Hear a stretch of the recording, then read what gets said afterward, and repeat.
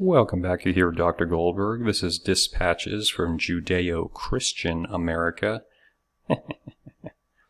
And today we'll be dealing with this article on the Hill by Ryan and Catherine Hurlbert.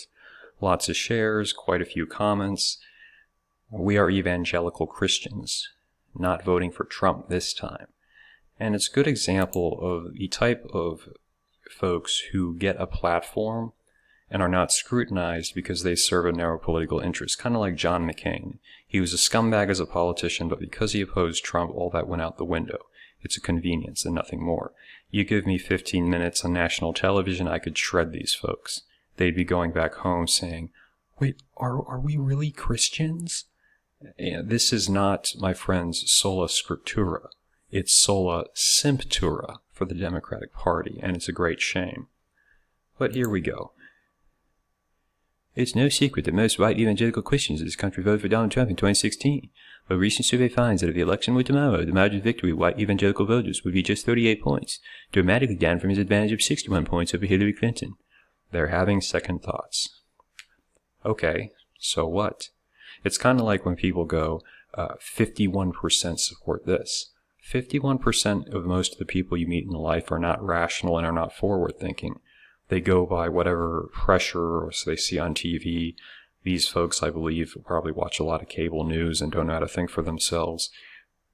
What Donald Trump is doing, he's looking 50 years into the future when it comes to this country. You may not agree with it, but his ideas, at least when it comes to immigration, which is a big issue in this article, have to do with the notion that perhaps we can't simply go with everything that's a short-term benefit, especially as jobs become scarcer, right? And all those Yang people who, they say automation's happening and they want more immigrants. It makes no sense. At any rate, let us continue. We are a white evangelical married couple living in Georgia. We have both worked on evangelical missions across various cultural contexts, and are absolutely committed to upholding the dignity and value of all human life, including those who are not yet born. That part really pissed me off, but we'll get to it later on in the discussion. So whenever people describe themselves in that manner, you have to put the warning signs up. It's kind of like, I'm a very strong Christian. What does that mean? Or, I'm in a personal relationship with Jesus Christ. These are the folks who don't read church history. They don't read the Bible outside of what's spoon-fed by the pastor.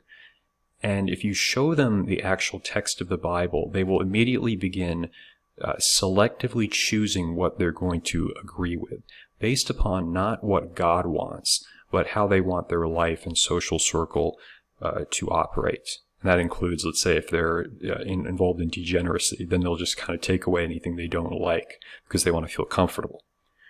And I'm not just trying to attack, one religion here. Care Bears, they say one thing, they do the other. Very hypocritical, we all know that. You have those guys who'll say stuff like, living my life for Shiva, brah. And then the obnoxious voice chimes in, Willie, you betrayed Shiva. Another guy I know, he's more into the Islamic side of things. He was saying these people will be on his feed and it'll be like, hashtag getting hard for Muhammad, and he gets really irritated. But just be careful. These individuals who wear their religion on the sleeve, oftentimes that shirt is smelly and needs to be washed because it smells of Jerry Falwell. Just a bit of advice there. At any rate, but having witnessed the negative effects the administration has had on vulnerable people, particularly refugees and other immigrants, we are among a number of evangelicals who will not vote for the president again. The administration has had on vulnerable people. So I guess Jesus and God are now in charge of immigration, just because of your feelings. And let's go over here, because we're talking about evangelicalism.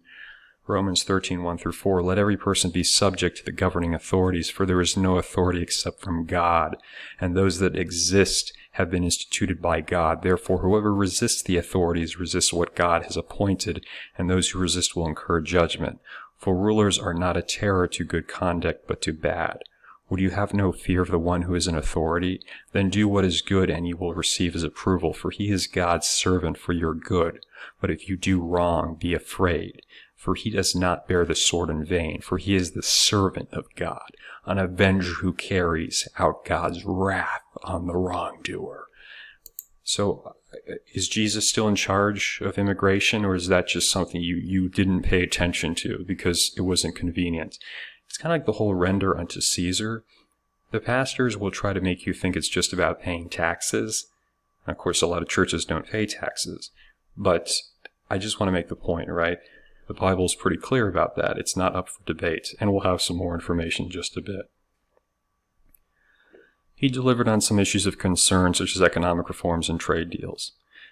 So what if he was anti-biblical because he's not really 100% pro-free trade? Maybe Jesus doesn't like that. I don't know. Maybe Jesus has investments in China. I mean, I'm just being facetious, but it's really silly how they're picking and choosing what they actually support based upon a biblical foundation, which is not there. His immigration policies are cruel, undermining his pledges to life and religious freedom. For instance, well, hold on for a second here, because this deserves its own discussion. His immigration policy. So I have another one for you. Acts 17, 25 through 27. And he hath made of one blood all nations of men to dwell on the face of the earth, and hath determined the times before appointed and the bounds of their habitation. That's God. That's the word of God telling you that, yeah, borders and boundaries do in fact exist. Again, I know that these aren't people who actually read the Bible, but I just thought it would be kind of interesting to bring up.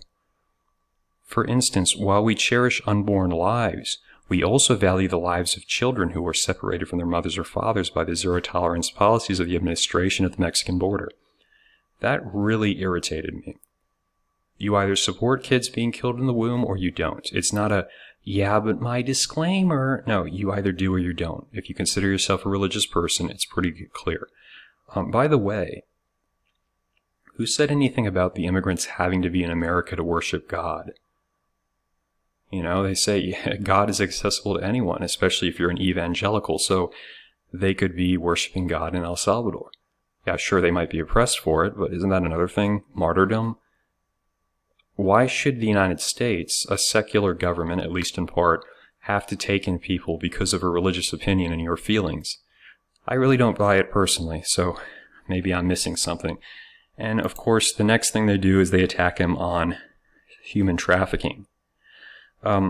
This goes back to the whole children in cages. Not all of them are actual children, and a lot of the argument behind it is because of human trafficking. So this is not made up. Sometimes they're fake families. Look at this. Oh, of course, the ad popped up. Children forced into fake families to exploit border loopholes. Yeah, exactly. I wrote about this in the book on centrism if you want more information. He rescinded or suspended the life-saving elements of the Trafficking Victims Protection Reauthorization Act, which evangelicals loved because George Bush signed it. I don't know which George Bush that is, but I mean either George Bush, especially the latter one. How many thousands of Americans, Iraqis, and Afghani people died because of his foreign policy? Oh, but he was a compassionate conservative. He's better than Trump. Okay, fair enough. Our convictions on life are what we strongly believe the United States should continue to be in the famous words of George Washington. A safe and agreeable asylum to the virtuous and persecuted part of mankind, to whichever nation they might belong. So, you just cited George Washington. This is actually really fun. And, you know, if you look at real history, obviously, especially in the context of the Hurlburts, George Washington was a 650-pound empowered black woman. I put this argument forth, and I actually made the other point in one of my books, which is quite hilarious, Ask Culture, and I said that, I brought this up, even the rappers hadn't considered it, and I said, black girl booty magic. That essentially shattered the internet.com. It ruptured it. It was like this huge crack that divided the world. We're talking about Land Before Time, Littlefoot and Sarah on one side of the divide. Baba frickin' Yaga, the earth split in two, and now you're forced to live with all the simps and short-haired lesbians. But, George Washington's so empowered, so progressive. And so I looked over here This is the Naturalization Act of 1790 that was signed by George Washington. I know you can't hear he popped up, but he was the president then. And just the simple version of it. Uniform rules for the granting of citizenship by naturalization. The law limited naturalization to free white persons of good character, excluding Native Americans, indentured servants, slaves, free blacks, and later Asians. So that was George Washington. I wonder why they didn't put that in the article, because everyone's supposed to agree with George Washington because he's kind of the unity figure of the United States. So I'm just presenting it for the benefit of the Hurlburts. They might like hearing that. And it goes forward.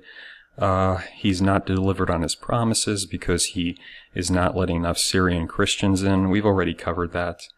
Why is it necessary? And by the way, the reason why the Syrian refugees were fleeing their country is because Barack Obama helped bomb them and destabilize it. See, that's the difference. Trump didn't support that. I know he shot the missiles under pressure, but he didn't support destabilizing the Middle East like Obama. What these progressives do, the smart power, is they say, okay, we're going to make your government collapse, infiltrate your country with terrorists, and then we're going to say, oh, by the way, people who probably hate us for doing that should come to our country. What fantastic logic. With these harsh policies, the president has lost our votes. That does not necessarily mean we will vote for Joe Biden. Yeah, you are going to. But our consciences will not allow us to vote for Trump again. He could change his mind. He could increase refugee limit. He could pass immigration reforms advocated by a broad range of evangelical Christians. Well, we don't need evangelical Christians like yourself making policy that will affect the future of the country for years, because you guys go on the basis of who donates money to your churches and who makes you feel good on the internet.com. We don't need that. We need rationality. We need guts. To a certain extent, you even need fanaticism. People who are not afraid of what they're going to be called, but are concerned about the future of their children and their children's children, which is something, of course, that's very much a biblical theme. You want them to inherit a better land, not go around like, yeah, peace, love, and everything, and forget about everything. So, if you're going to go around spouting what would Jesus do and using the Bible, at least attempt to have some knowledge of the Bible so you don't end up looking like a fool, as this couple has just done.